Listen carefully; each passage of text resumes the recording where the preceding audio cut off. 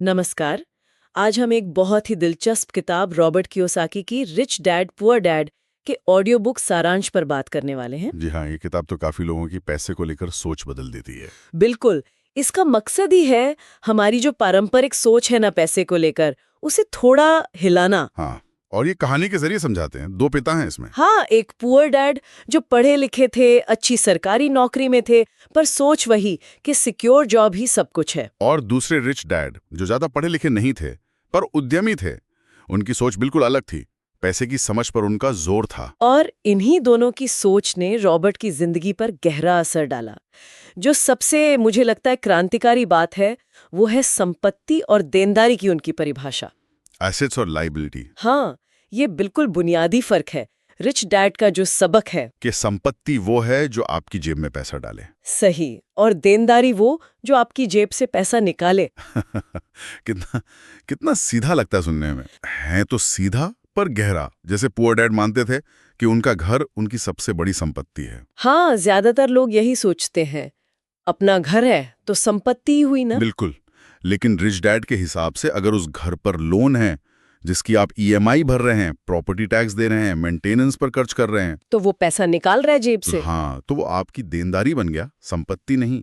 जब तक कि वो आपको किराया ना दे रहा हो लोन से ज्यादा। अच्छा, तो यहीं से उनका पहला सिद्धांत आता है कि अमीर पैसे के लिए काम नहीं करते। हाँ, बिल्कुल।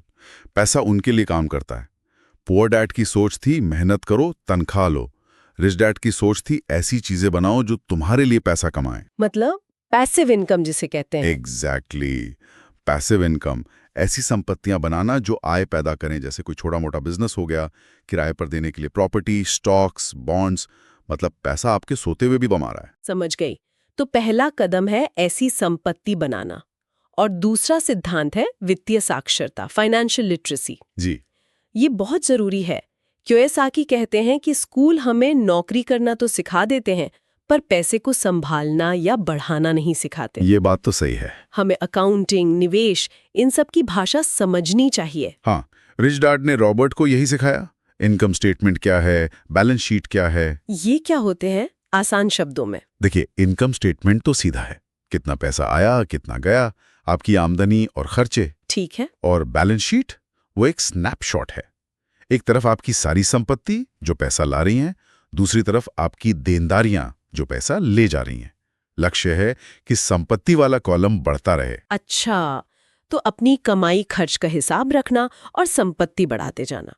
फिर वो एक और बात कहते हैं, अपने काम से काम रखो, माइंड योर ओन बिजनेस। इसका क्या मतलब है, नौकरी छोड़ देना? नहीं नहीं, इसका मतलब है कि अपनी नौकरी जो आपके बिल भरती है उसे करते रहो, लेकिन साथ ही साथ अपना बिजनेस यानी अपनी संपत्ति वाला कॉलम बनाते रहो। ओह, मतलब नौकरी आपकी प्रोफेशन है, पर आपका असली बिजनेस आपकी संपत्ति है। बिल्कुल, वही आपको असल में अमीर बनाएगा। फिर आता है चौथा सिद्धांत, टैक्स और कॉर्पोरेशन की शक्ति। ये थोड़ा मुश्किल लगता है। हाँ, थोड़ा है, पर मूल बात यह है कि अमीर लोग टैक्स के नियमों को समझते हैं और उसका कानूनी फायदा उठाते हैं। जैसे कि वो कॉर्पोरेशन या कंपनी बनाते हैं। इससे वो टैक्स देने से पहले अपने कई खर्चे दिखा सकते हैं, जबकि नौकरी करने वाला पहले टैक्स देता है, फिर बची हुई कमाई से खर्च करता है। अच्छा, तो ये टैक्स बचाना है, चोरी नहीं, कानून को समझना है। बिल्कुल, नियमों के दायरे में रहकर। फिर पांचवा सिद्धांत है, अमीर पैसा बनाते हैं, इन्वेंट मनी। पैसा बनाते हैं मतलब नोट छापते? नहीं, इसका मतलब है मौके पहचानना और उन्हें बनाना।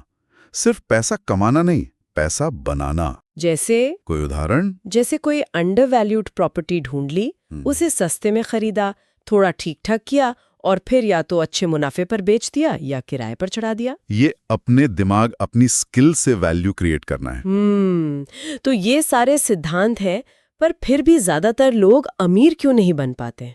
किताब में कुछ कारण बताए हैं। हाँ, कियोसाकी कुछ मुख्य वजह बताते हैं। सबसे बड़ा है डर, पैसा खोने का डर। सही। फिर है सिनिसिज्म या संदेहवाद, हर मौके पर शक करना कि ये नहीं चलेगा। आलस भी। हाँ, आलस से मतलब कुछ नया सीखने या करने की कोशिश ना करना। और बुरी आदतें, जैसे आमदनी से ज्यादा खर्च करना, खासकर देनदारियों पर। और एक और चीज, अहंकार, मुझे सब पता है वाली सोच। तो ये सारी रुकावटें हैं।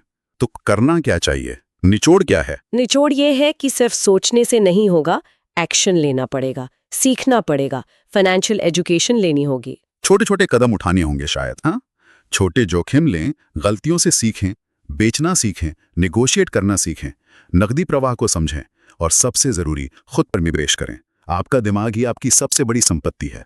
बिल्कुल। तो ये किताब असल में सिर्फ पैसों के बारे में नहीं है, ये माइंडसेट बदलने के बारे में है। अपनी सोच बदलो, अपनी जिंदगी बदलो। सही कहा। ये पारंपरिक सोच को चैलेंज करती है और कहती है कि अपने वित्तीय भविष्य की जिम्मेदारी खुद लो। यहाँ अपने श्रोताओं के लिए एक सवाल छोड़ जाते हैं। अगर कोई आज से ही अपने हर खर्च को इस नजरिए से देखे कि क्या ये चीज मेरे लिए संपत्ति है या देनदारी, तो उनके पैसे मैनेज करने के तरीके में क्या बदलाव आ सकता है, भले ही वो अभी बड़े निवेश न भी कर रहे हों। हाँ, इस पर सोचिएगा जरूर।